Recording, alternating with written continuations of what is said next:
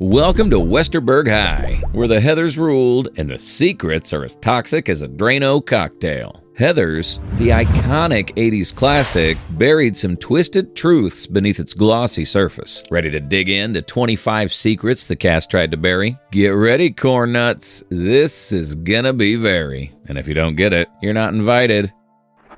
Number 1. Winona's desperate plea. Before she was Hollywood's goth queen, Winona Ryder had to beg for Veronica. Studio execs called her too weird, not hot enough. Seriously, she showed up post-makeover, practically pleading for the part. Little did they know that her offbeat vibe would become the film's sharpest weapon. The weird girl won and made history with a croquet mallet. Number 2. Free labor for love. Winona didn't just want the role, she needed it. Obsessed with the script, she offered to play Veronica for free. Zero salary, no perks, just raw teen rage and a killer wardrobe. That wasn't ambition. It was a cinematic love letter written in sarcasm and eyeliner. Talk about commitment. You can't buy that kind of passion. Number 3. Slater's Nicholson swagger. Ever wonder why JD felt so psychotically familiar? Christian Slater modeled him after Jack Nicholson. Every smirk, stare, and sinister whisper. It wasn't subtle. And the Shining-style grin? Practically a guest appearance from the Overlook Hotel. He didn't just play a teenage villain. He channeled one of cinema's most iconic madmen. It's eerie, it's electric, and it worked freakishly well. Number 4. The suicidal original ending. Heathers almost ended with a bang. In the original script, Veronica dies at Westerberg High, becomes a culty afterlife with incense and decay. Even for a film dripping in teen death and Draino, this was too grim. The studio quickly shut it down. Dark? Definitely. But not even Heathers was ready to go that nuclear.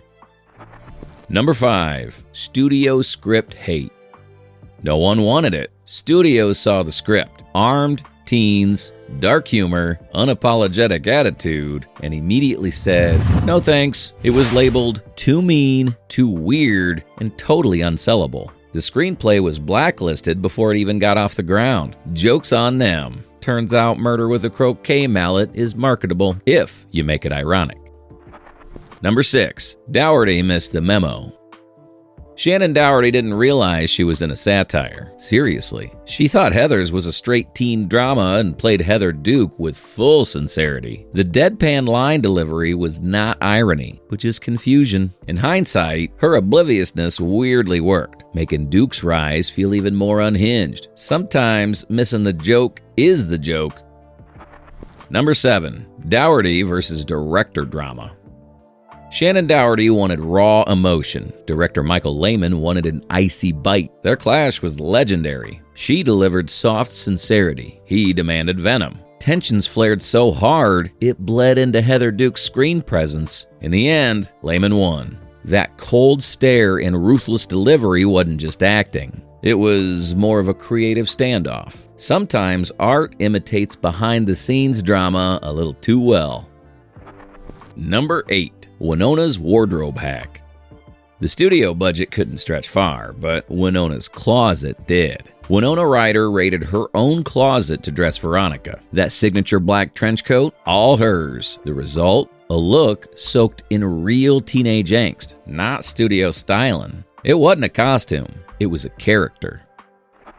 Number 9. Slater-Ryder romance fizzle. Their on-screen chemistry sizzled, but off-screen was a brief spark. It burned out fast. Christian Slater and Winona Ryder reportedly had a short-lived fling during filming, but like JD and Veronica, it couldn't survive reality. The love story crashed before the credits rolled, and honestly, that just makes it even more very.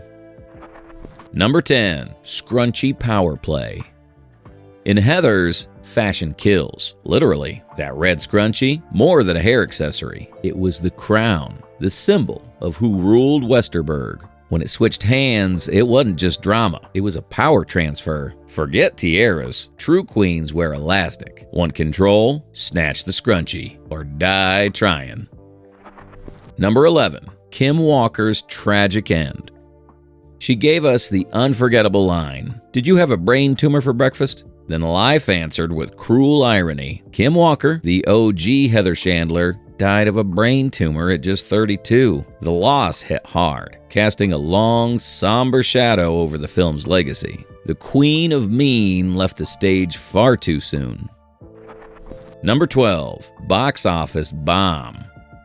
Despite its killer script and acid wit, Heathers flopped in theaters, pulling in just over $1 million. Audiences in 1989 didn't know what to think of teen suicide, croquet, and savage sarcasm. Turns out, ahead of its time is a code for nobody got it, at least not yet.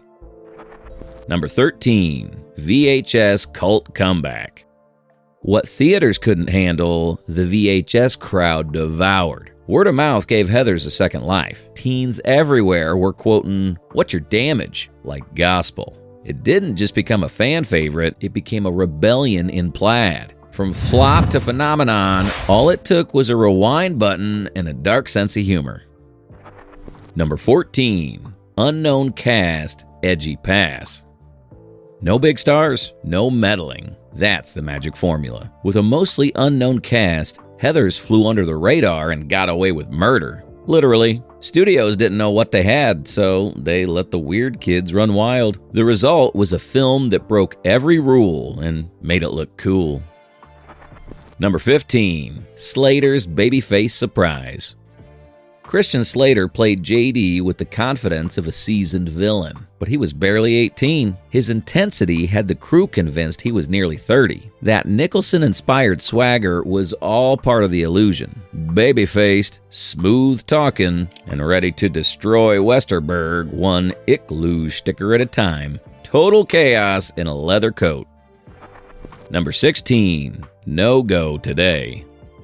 Ask the cast and they'll tell you. Heathers wouldn't survive 2025. The script's too raw, the joke's too sharp, the body count way too high. These days, where controversy gets canceled before it hits record, Veronica would have been muted by sensitive readers. Back then, it was shocking. Today, I'll be exiled. Some stories were born to burn bright and burn fast. Number 17. Copyright chaos.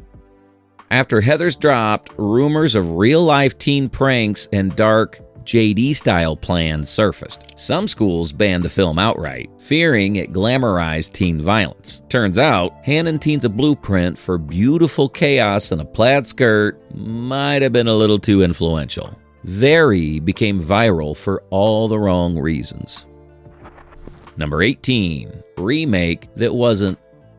In the early 2000s, a Heathers remake was in the works until Columbine happened. Suddenly, teen satire wasn't just risky, it was radioactive. Studios panicked. Scripts were shelved and Veronica's second act died in development hell. The croquet mallet stayed in the vault. Number 19. TV reboot tankin'. The 2018 Heathers reboot tried to modernize the chaos. Instead, it got body bagged before it could breathe. Critics hated it. Fans wanted it erased. Turns out, you don't reboot a bomb unless you're ready for the fallout. Number 20. Dead gay son. Almost died.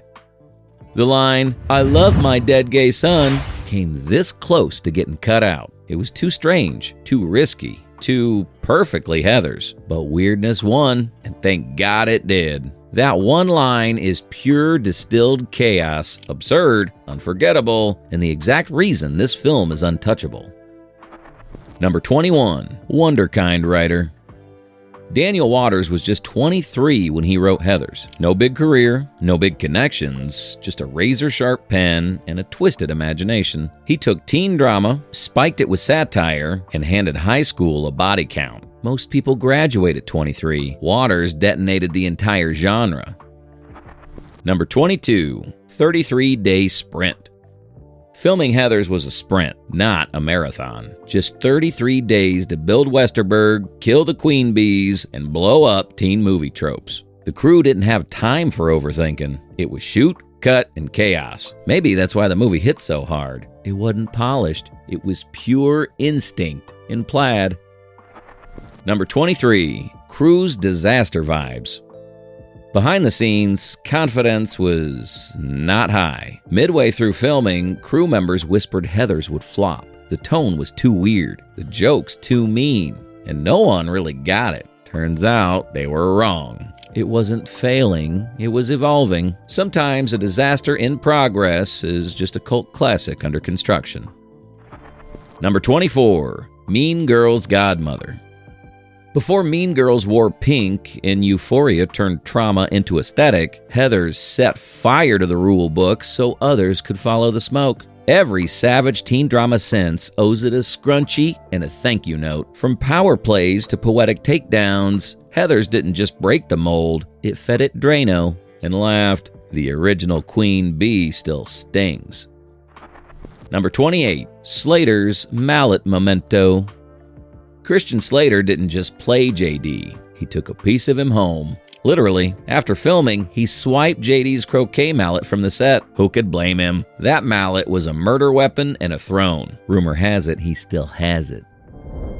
Heathers didn't just push boundaries. It laughed while crossing them in heels. A savage satire wrapped in plaid, croquet, and chaos. It carved out a cult legacy that still messes with the Mean Girl mold. Love it or hate it, Heathers made sure teen rage would never be taken seriously again. Loved this dive into chaos? Smash that subscribe button, share it with your clique, and let's keep Heathers' vibe alive. What's your damage if you don't?